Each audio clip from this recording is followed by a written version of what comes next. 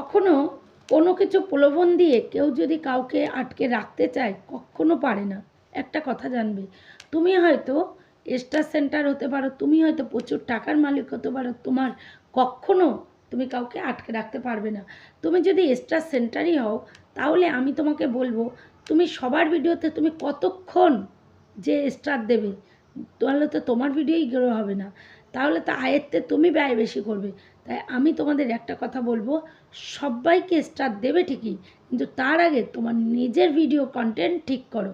তুমি নিজের ভিডিও বানাও, দেখবে তোমার ভিডিওতে এমনিই ভিউ আসবে। তাই স্টার সেন্টার অবশ্যই হওয়া উচিত, প্রত্যেকের পাশে স্টার দেওয়া উচিত, এবং সেটার সাথে সাথে নিজের ভিডিও কিন্তু আপলোড করতে হবে। কেউ যদি তোমার সারাক্ষণ স্টার চায়, তোমার সেটাও করা উচিত না। তুমি অন্যের ভিডিও দেখে তারপরে তাকে স্টার দেবে এবং কমেন্ট করবে।